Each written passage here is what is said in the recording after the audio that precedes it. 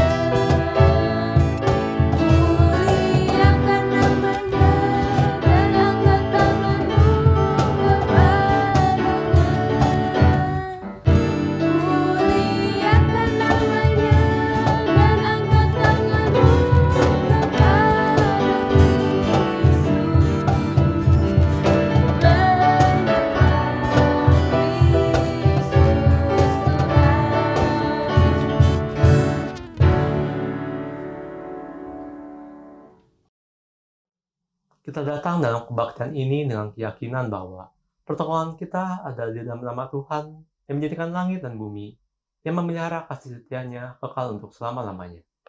Salam sejahtera bagi teman-teman yang datang dalam nama Tuhan. Tuhan beserta teman-teman. Van, kan lu kuliahnya jadi online ya semenjak pandemi mulai ya? Iya. Itu jadi gimana Van kalau kuliah online? Beda sih semuanya. Bedanya tuh pertama, dulu kan kita ke kampus, ketemu guru, ketemu teman face to face gitu ya. Karena sekarang pandemi kayak gini, ya jadi semuanya via daring gitu. Daring, oke. Daring online gitu. Jadi kalau dulu kita ketemuan langsung, guru ngajarin langsung, nggak jelas apa, kita bisa langsung nanya. Sekarang jadi susah gitu, beda feel-nya. Beda gitu. Feel-nya beda. Maksudnya beda gimana tuh feel-nya? Kayak tadi gue bilang kan nanya gitu ya. Kalau dulu nanya nggak jelas, nanya langsung dijelasin. Atau nggak kalau nggak mau ganggu, nanya ke teman gitu. Nah sekarang kalau daring gitu, selain masalah koneksi ya, kalau kita mau nanya takut ganggu, saya kan lagi biasa suasananya diem semua. Dulu kita suka ngobrol, gurunya mau jelasin kita harus diem. Sekarang gurunya mau kita aktif tapi kita diem terus gitu. Jadi suasananya canggung gitu lah. Suasananya aneh gitu ya? Iya canggung gitu. Ya tapi ya gimana ya Van ya, emang kondisi lagi begini sih Van, kita mau gak mau harus melakukan hal itu. Emang susah sih study from home. Soalnya kemarin juga waktu online di remaja, beberapa remaja cerita katanya emang kalau study from home tuh gak enak. Tugasnya jadi banyak banget lah, nggak sebanding kayak waktu mereka masih masuk ke sekolah gitu. Setuju banget lah. Emang pas baru masuk tuh emang tugasnya banyak banget. Gue juga anak kampus kayak gitu. Ya, tapi mau gimana kok, emang kondisi kayak gini kita ya harus terima gitu, harus di rumah aja. Iya, kondisi kayak gini tuh benar-benar ketekunan sama ketangguhan kita tuh lagi diuji banget, Van. Soalnya kita mesti ngerubah rutinitas kita yang kayak biasa. Dan yang namanya ngerubah rutinitas tuh susah banget deh. Dari pertama biasa ngelakuin A, sekarang harus ngelakuin B gitu misalnya. Ya bisa dibilang kita keluar dari zona nyaman kita lah. Iya sih. Tapi tenang aja kok. Ibadah kita hari ini ya, kita tuh mau belajar dari satu tokoh Alkitab yang terkenal atas ketekunan dan kegigihannya.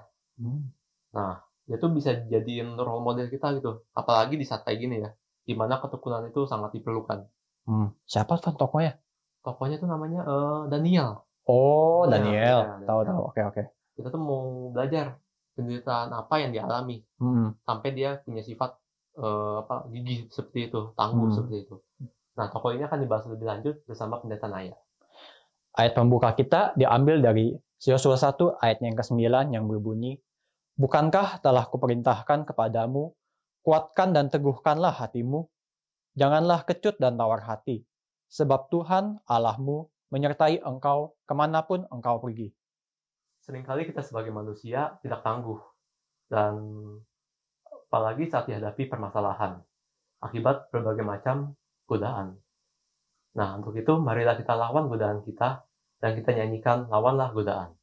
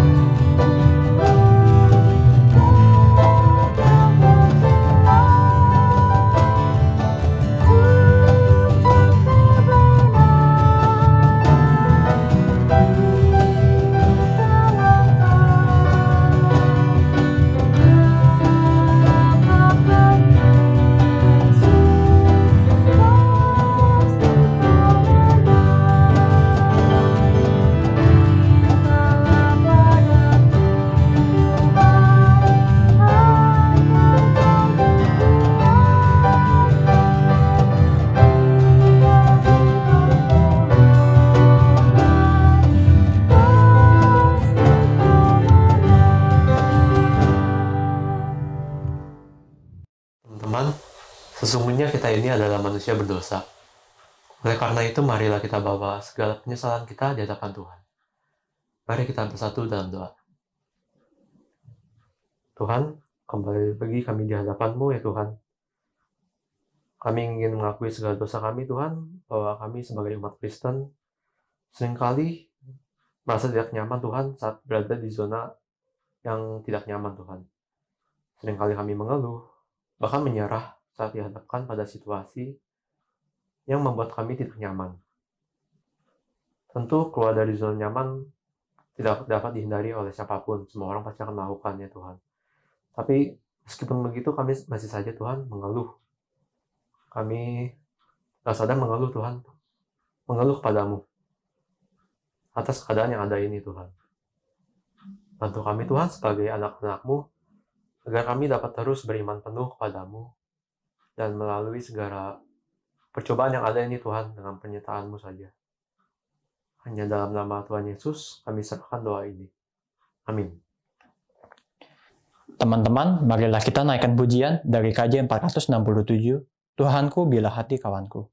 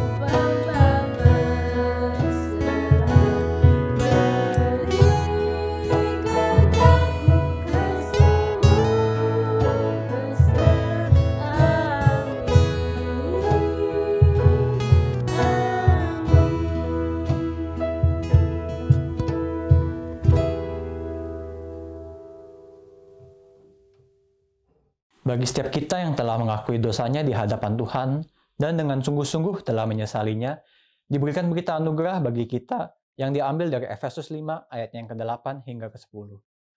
Memang dahulu kamu adalah kegelapan, tetapi sekarang kamu adalah terang di dalam Tuhan. Sebab itu hiduplah sebagai anak-anak terang, karena terang hanya berbuahkan kebaikan dan keadilan dan kebenaran. Dan ujilah apa yang berkenan kepada Tuhan. Demikian berita anugerah dari Tuhan. Syukur kepada Allah. Teman-teman, mari kita satu di dalam doa sebelum kita membaca dan merenungkan sabda Tuhan. Mari kita satu di dalam doa. Bapa di dalam surga, kami mengucap syukur pada saat ini. Kami boleh Tuhan berikan kesempatan kembali untuk beribadah secara online. Biarlah kasih karunia Tuhan ini tidak kami sia-siakan, melainkan kami gunakan sebagaimana mestinya dengan kami memaknai pemberitaan firman yang sebentar lagi akan dilakukan.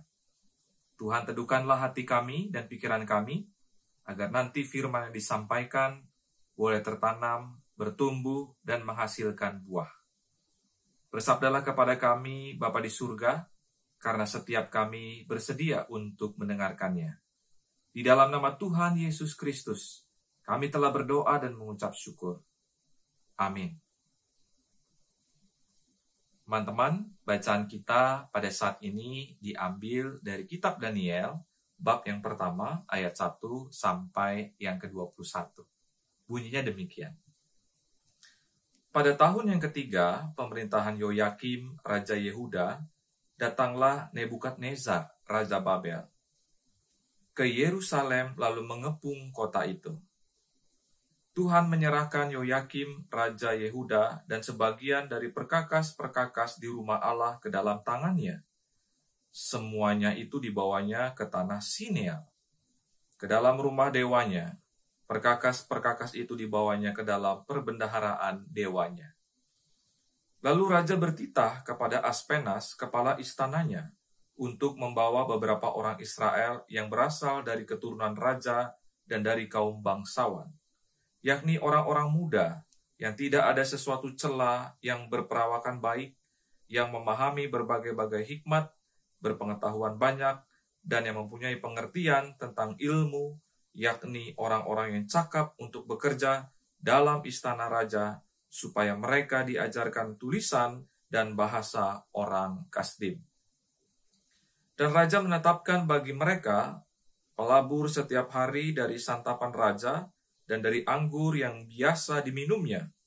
Mereka harus dididik selama 3 tahun, dan sesudah itu mereka harus bekerja pada raja. Di antara mereka itu ada juga beberapa orang Yehuda, yakni Daniel, Hananya, Misael, dan Asaria. Pemimpin pegawai istana itu memberi nama lain kepada mereka. Daniel dinamainya Belsasar, Hananya dinamainya Sadrak, Misael dinamainya Mesak, dan Asaria dinamainya Abednego. Daniel berketetapan untuk tidak menajiskan dirinya dengan santapan raja dan dengan anggur yang biasa diminum raja. Dimintanyalah kepada pemimpin pegawai istana itu supaya ia tidak usah menajiskan dirinya. Maka Allah mengaruniakan kepada Daniel kasih dan sayang dari pemimpin pegawai istana itu. Tetapi berkatalah pemimpin pegawai istana itu kepada Daniel, "Aku takut kalau tuanku raja yang telah menetapkan makanan dan minumanmu berpendapat bahwa kamu kelihatan kurang sehat daripada orang-orang muda lain yang sebaya dengan kamu. Sehingga karena kamu, aku dianggap bersalah oleh raja." Kemudian berkatalah Daniel kepada penjenang yang telah diangkat oleh pemimpin pegawai istana untuk mengawasi Daniel, Hananya, Misael, dan Asaria. "Adakanlah percobaan dengan hamba-hambamu ini selama 10 hari, dan biarlah kami diberikan sayur untuk makan dan air untuk diminum. Sesudah itu, bandingkanlah perawakan kami dengan perawakan orang-orang muda yang makan dari santapan raja. Kemudian, perlakukanlah hamba-hambamu ini sesuai dengan pendapatmu. Didengarkannyalah permintaan mereka itu, lalu diadakannyalah percobaan dengan mereka selama 10 hari. Setelah lewat 10 hari, ternyata perawakan mereka lebih baik, dan mereka kelihatan lebih gemuk daripada semua orang muda yang telah makan dari santapan raja. Kemudian, penjenang itu selalu mengambil makanan mereka dan anggur yang harus mereka minum, lalu memberikan sayur kepada mereka. Kepada keempat orang muda itu, Allah memberikan pengetahuan dan kepandaian tentang berbagai-bagai tulisan dan hikmat. Sedang Daniel juga mempunyai pengertian tentang berbagai-bagai penglihatan dan mimpi. Setelah lewat waktu yang ditetapkan raja, bahwa mereka sekalian harus dibawa menghadap, maka dibawalah mereka oleh pemimpin pegawai istana itu ke hadapan Nebukadnezar. Raja bercakap-cakap dengan mereka, dan di antara mereka sekalian itu tidak didapati yang setara dengan Daniel, Hananya, Misael, dan Asaria. Maka bekerjalah mereka itu pada raja. Dalam tiap-tiap hal yang memerlukan kebijaksanaan dan pengertian yang ditanyakan raja kepada mereka, didapatinya bahwa mereka 10 kali lebih cerdas daripada semua orang berilmu dan semua ahli jampi di seluruh kerajaannya. Daniel ada di sana sampai tahun pertama pemerintahan Kores. Demikian pembacaan firman Tuhan, yang berbahagialah mereka yang mendengar, memelihara, dan juga melakukannya dalam hidup hari lepas hari. Haleluya. Selamat pagi teman-teman semua. Semoga tetap sehat, tetap semangat di dalam Tuhan. Pada saat ini, teman-teman, tema kita adalah perseverance. Ya.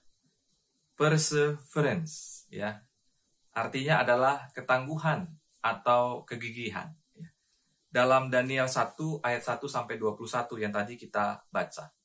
Nah, saudara-saudara, sebelum kita masuk di dalam inti pemberitaan firman, saya ingin bercerita terlebih dahulu.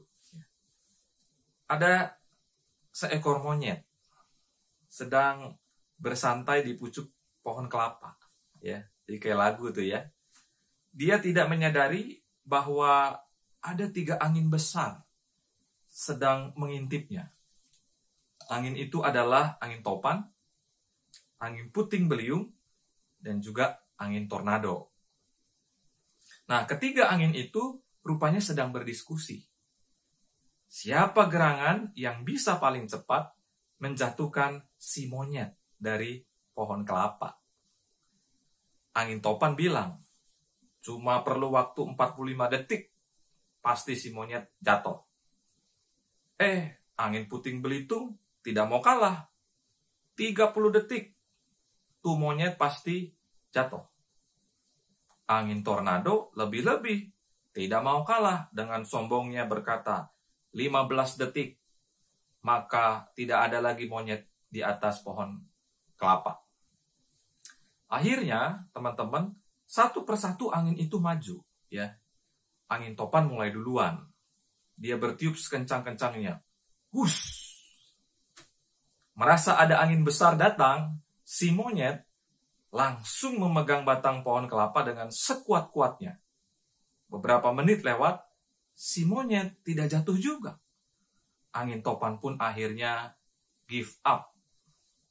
Sekarang giliran angin puting beliung. Wus! Wus! Dia bertiup sekencang-kencangnya. Ternyata, si monyet juga tidak jatuh-jatuh juga. Angin puting beliung akhirnya give up juga. Nah, terakhir nih teman-teman ya. Terakhir adalah angin tornado.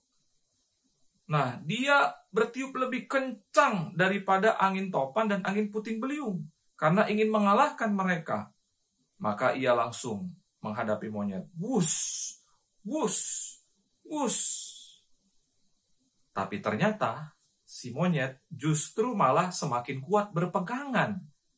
Akhirnya, saudara-saudara, ketiga angin besar itu mengakui bahwa si monyet memang jagoan. Tangguh. Daya tahannya juga luar biasa.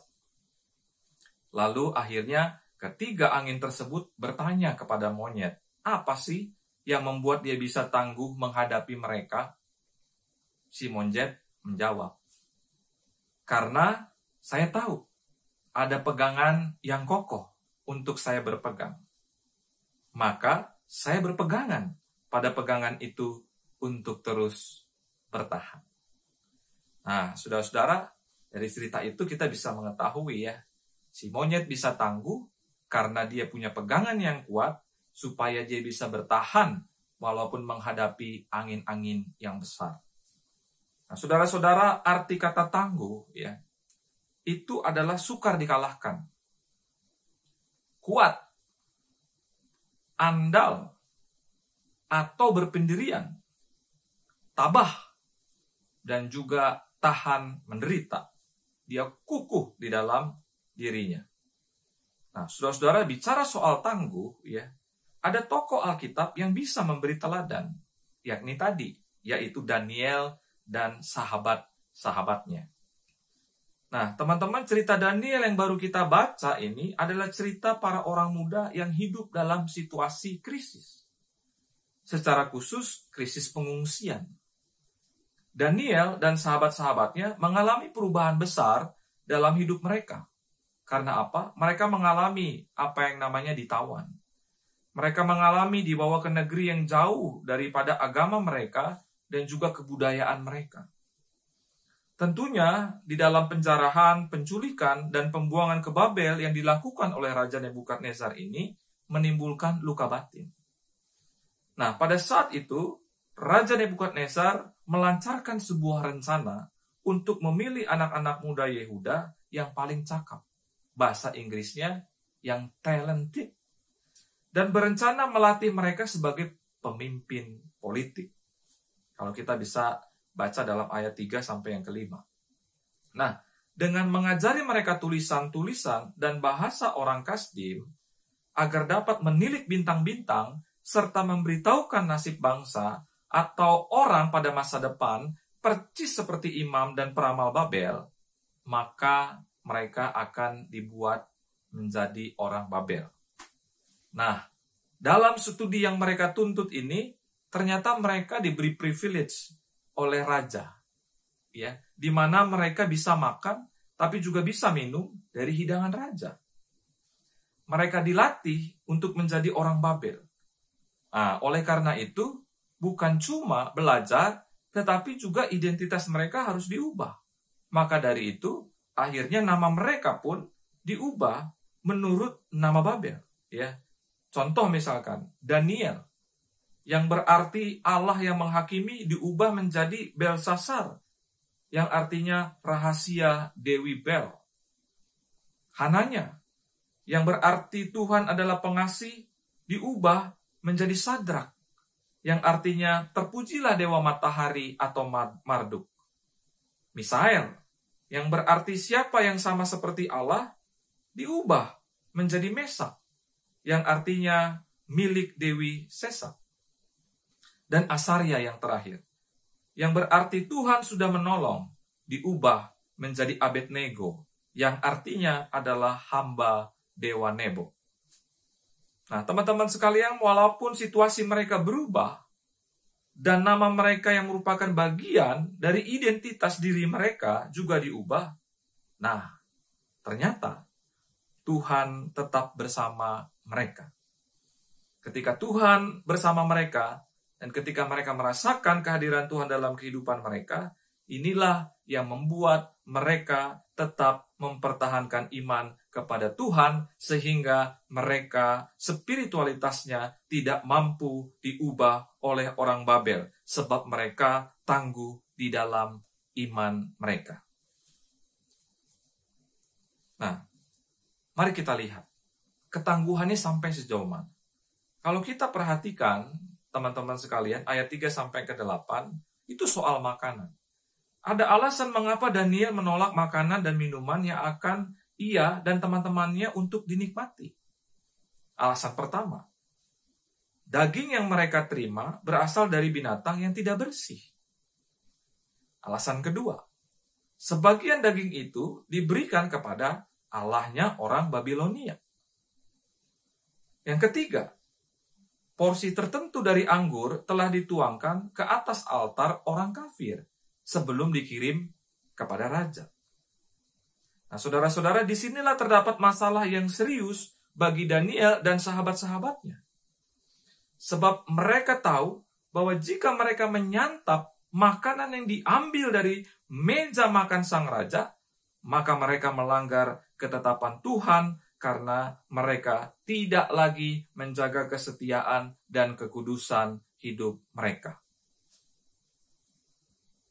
Kan ada tertulis, jangan engkau menyembah Allah lain di hadapanku, dalam Dasatitah yang pertama. Nah, tapi justru di tengah-tengah tantangan itu, Daniel dan kawan-kawannya semakin dapat memperlihatkan ketangguhan iman mereka. Meskipun orang lain tidak tahu, Daniel tetap teguh pada pendiriannya untuk tidak mengkhianati Tuhan yang menjadi pegangan hidupnya. Sebagai orang yang beriman kepada Tuhan, Daniel menjadi contoh pada ketangguhan iman yang utuh dan terintegrasi dalam menjaga kekudusan hidup. Nah, yang dilakukan oleh Daniel mendapat dukungan yang sangat nyata dari Tuhan melalui dua hal. Dan ini tertulis di dalam bacaan kita tadi. Yang pertama adalah Tuhan mengaruniakan kepada Daniel kasih sayang dari pemimpin pegawai istana. Nah, kalau kita perhatikan pada ayat yang ke-9. Yang kedua, memberikan Daniel dan sahabat-sahabatnya kepandaian tentang berbagai tulisan dan hikmat. Bahkan, Daniel secara khusus, Tuhan karuniakan pengertian mengenai penglihatan dan mimpi. Nah, ini ada di dalam ayat yang ke-17. Dan membuat mereka 10 kali lipat lebih cerdas dari semua orang berilmu. Nah, ini ada pada ayat yang ke-20. Jadi penyertaan Tuhan nyata kepada mereka yang betul-betul tangguh mempertahankan imannya dalam melawan setiap godaan yang ada. Nah, teman-teman sekalian, di sini menjadi kelihatan. Daniel dan sahabat-sahabatnya yakin bahwa Allah akan senantiasa menolong mereka asal mereka tetap percaya kepadanya. Dalam tanda kurung, tidak menajiskan diri mereka. Dan ternyata pada kisah tersebut, Allah tidak mencelakakan mereka. Allah yang diimani oleh Daniel dan sahabat-sahabatnya bukanlah Allah yang suka ingkar janji. Dia selalu menganugerahkan kebaikan, sukacita, kemenangan, kekayaan, dan sebagainya kepada mereka yang tangguh dalam imannya. Nah, sekarang pertanyaannya, bagaimana kita sebagai anak Tuhan menyikapi Daniel dan sahabat-sahabatnya? Secara khusus pada masa pandemi COVID-19 ini. Menjadi fakta bahwa sekarang ada begitu banyak orang yang kehilangan ketangguhan iman mereka dalam pandemi ini. Nah, teman-teman sebagai remaja dan pemuda, mungkin teman-teman merasa mudah jenuh. Sebab apa? Sebab kalian selalu haus untuk sesuatu yang baru. Haus untuk melakukan sesuatu yang baru. Dalam PSBB yang dihimbau pemerintah, yang tujuannya demi memutus rantai penyebaran COVID-19, kita diminta untuk melakukan segala sesuatunya di rumah. Seperti sekolah, seperti kuliah, seperti kerja, bahkan ibadah. Sejak Maret hingga pada saat ini, kita masih terus berada di rumah. Sehingga banyak dari antara kita dilanda apa yang namanya cabin fever. Apa itu cabin fever? Di mana kita merasakan kejenuhan yang luar biasa dan merasa terkurung dalam rumah yang menyebabkan kita ingin cepat melarikan diri. Nah, oleh sebab itu ketika PSBB dilonggarkan menjadi ajang kesempatan bagi mereka-mereka ini keluar dari rumah untuk menghilangkan kejenuhan. Kita sudah mulai pergi ke mall dan juga pergi ke kafe-kafe untuk nongkrong sambil chat sama teman-teman kita. Masih mending jika kita masih patuh pada protap yang ditetapkan pemerintah dan menjalani self-disiplin untuk memakai masker, untuk menjaga jarak, rajin mencuci tangan, mau minum vitamin, bersedia makan sehat, dan juga istirahat yang cukup, dan langsung mandi begitu sampai rumah. Masih mending ketika kita mau melakukan hal itu, dan itu seharusnya kita lakukan. Tapi ternyata tidak begitu. Namun sayangnya, cuma sedikit yang mempunyai ketangguhan dan kesadaran melakukan protap ataupun self-disiplinnya. Sedangkan yang lain itu sudah abai. Bahkan menganggap remeh terhadap himbauan pemerintah dan masifnya penyebaran virus corona. Sehingga santai-santai saja melakukan kegiatan pada era new normal ini. Padahal kalau kita teliti, yang namanya new normal itu berarti adalah sebuah kebiasaan baru yang diterapkan dan bukan kebiasaan lama kita yang diterapkan. Nah, oleh karena itu, saudara-saudara, dalam peristiwa ini, sikap ketangguhan itu seperti sirna, ditelan oleh waktu. Nah, namun demikian, ternyata masih ada juga orang-orang yang imannya justru semakin kuat menghadapi kesulitan hidup dalam pandemi ini. Kenapa? Sebab mereka berpegangan pada Tuhan yang kokoh sama seperti Daniel dan juga sahabat-sahabatnya. Jika kita belajar dari Daniel, mengapa ia bisa mempunyai sikap tangguh secara konsisten dalam menolak godaan, ternyata bukan sekedar karena dia sudah memupuk kebiasaan-kebiasaan yang baik dalam dirinya sejak lama. Tapi, pertama, Daniel dapat memberikan contoh kepada kita dalam mengasihi Tuhan dengan sepenuh hati, sepenuh jiwa, dan kekuatan. Ini terbukti ketika mereka menghadapi kesulitan hidup, ketika mereka menghadapi tekanan hidup, mereka tidak berubah imannya kepada Allah. Karena apa? Karena Daniel menjadikan Tuhan itu betul-betul pegangan hidupnya, agar tidak mudah diombang-ambingkan dalam menjaga kekudusan diri. Yang kedua, Daniel menekankan pentingnya tidak bersikap mudah menyerah, apalagi berkompromi dengan dosa. Melainkan mempunyai ketangguhan hati untuk mengatakan tidak pada setiap godaan yang datang.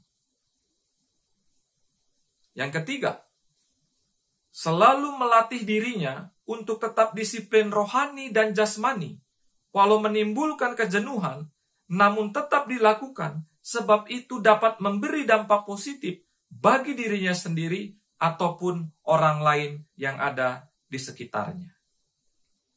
3 hal itu kita bisa belajar dari Daniel mengenai ketangguhan iman.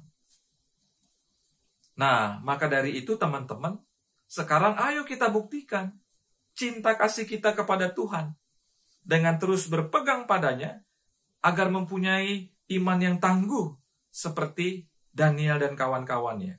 Ayo kita mau berlatih self-disiplin. Kita mau berlatih disiplin yang menyangkut kehidupan rohani, tetapi juga yang menyangkut kehidupan jasmani yang secara khusus dalam pandemi COVID-19 ini. Mengapa begitu? Karena inilah yang terbaik yang bisa kita lakukan. Artinya apa? Di tengah-tengah situasi yang sulit, kita masih bisa bertumbuh di dalam iman, supaya iman kita tetap berdiri kokoh, tangguh, dan tidak kalah terhadap setiap godaan. Ingat satu hal, bahwa Allah tidak pernah membiarkan kita berjuang sendirian. Tetapi Allah selalu berkenan memberikan pemeliharaan dan juga dukungannya. Sama seperti ketika ia mendukung dan menyertai Daniel serta sahabat-sahabatnya. Nah, pada saat ini kita adalah Daniel yang baru. Dalam Mazmur 119 ayat yang ke-9 dikatakan, dengan apakah seorang muda mempertahankan kelakuannya bersih? Jawabnya, dengan menjaganya sesuai dengan firman Tuhan. Saudara-saudara, teman-teman yang dikasihi Tuhan, mari kita mau tangguh. jangan mudah menyerah. Mari kita mau melangkah bersama Tuhan. Tuhan Yesus memberkati kita semua. Amin.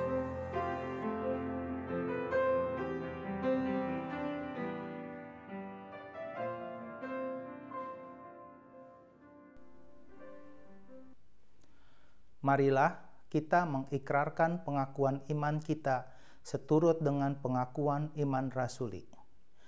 Aku percaya kepada Allah, Bapa yang Maha Kuasa, Khalik langit dan bumi, dan kepada Yesus Kristus, anaknya yang tunggal Tuhan kita, yang dikandung daripada Roh Kudus, lahir dari anak darah Maria, yang menderita sengsara di bawah pemerintahan Pontius Pilatus, disalibkan, mati, dan dikuburkan, turun ke dalam kerajaan maut. Pada hari yang ketiga, bangkit pula dari antara orang mati, naik ke surga, duduk di sebelah kanan Allah, Bapa yang Maha Kuasa. Dan dari sana ia akan datang untuk menghakimi orang yang hidup dan yang mati. Aku percaya kepada Roh Kudus, gereja yang kudus dan am, persekutuan orang kudus, pengampunan dosa, kebangkitan orang mati, dan hidup yang kekal. Amin. Teman-teman, kita satu di dalam doa syafaat. Mari kita berdoa. Bapa kami yang di surga, kami sungguh mengucap syukur untuk firman yang baru saja diberitakan. Ajarlah kami untuk seperti Daniel, yang memiliki ketangguhan di dalam situasi yang sulit, dan tetap setia menjaga kekudusan diri kepada Tuhan. Biarlah kami juga di dalam masa pandemi ini, tetap tangguh dan setia kepadamu. Kami juga berdoa untuk persiapan ibadah onsite GKI Perumahan Citra 1. Tuhan berkati segala kesiapannya, agar nanti kami boleh menjalaninya dengan baik dan juga dengan benar. Kami juga berdoa bagi mereka yang sakit, baik karena COVID ataupun penyakit yang lain. Kami berdoa supaya kiranya Tuhan memulihkan mereka dari sakit penyakit yang mereka alami. Kasih Tuhan sungguh nyata kepada mereka yang menderita, dan biarlah Engkau berkarya lewat obat-obatan, doa, dan juga kasih sayang keluarga dan pengharapan dari orang-orang yang kami kasihi yang sedang terbaring sakit. Kami juga berdoa bagi mereka yang pada masa pandemi ini terkena PHK. Biarlah Tuhan memberikan mereka pengharapan agar mereka dapat bangkit kembali. Berikan mereka daya kreativitas supaya mereka dapat menemukan jalan keluar yang sudah Tuhan sediakan bagi mereka. Kami juga berdoa bagi mereka yang kehilangan orang-orang terkasih dalam masa pandemi ini. Tuhan berkati hidup mereka, supaya mereka boleh terus menjalani kehidupan dengan cinta kasih daripada Tuhan. Dan kami bersyukur bahwa sampai detik ini, mereka bisa melanjutkan kehidupan bersama-sama dengan keluarga dan tentunya juga dengan Tuhan. Kami juga berdoa Tuhan untuk Komisi Remaja dan Komisi Pemuda di dalam kesatuan ibadah kami, Obor Milenial. Tuhan berkati agar anak-anak-Mu tetap setia dan tetap rindu untuk melakukan pelayanan bagi Tuhan yang terbaik. Kami berdoa Tuhan kepadamu, supaya apapun yang dicita-citakan, apapun yang diimpikan oleh anak-anak-Mu ini, biarlah juga seturut dengan kehendak-Mu saja. Inilah doa kami Tuhan Yesus. Ada begitu banyak sesungguhnya yang ingin kami sampaikan kepadamu, namun Engkau tahu apa yang ada di dalam pikiran dan hati kami. Biarlah doa yang tidak sempurna ini kami bawa di dalam nama Tuhan kami, Yesus Kristus. Kami telah berdoa dan memohon. Amin. Saat ini kita diberi kesempatan untuk menyatakan syukur kita. Firman Tuhan dalam Mazmur 9 ayat 2 menyatakan demikian. Aku mau bersyukur kepada Tuhan dengan segenap hatiku. Aku mau menceritakan segala perbuatan-Mu yang ajaib. Umat dapat memberikan persembahan via transfer ke rekening gereja, atau dapat memasukkan persembahan dalam amplop dan membawanya saat ibadah onsite untuk dimasukkan ke dalam kotak yang telah disediakan. Mari kita berdoa.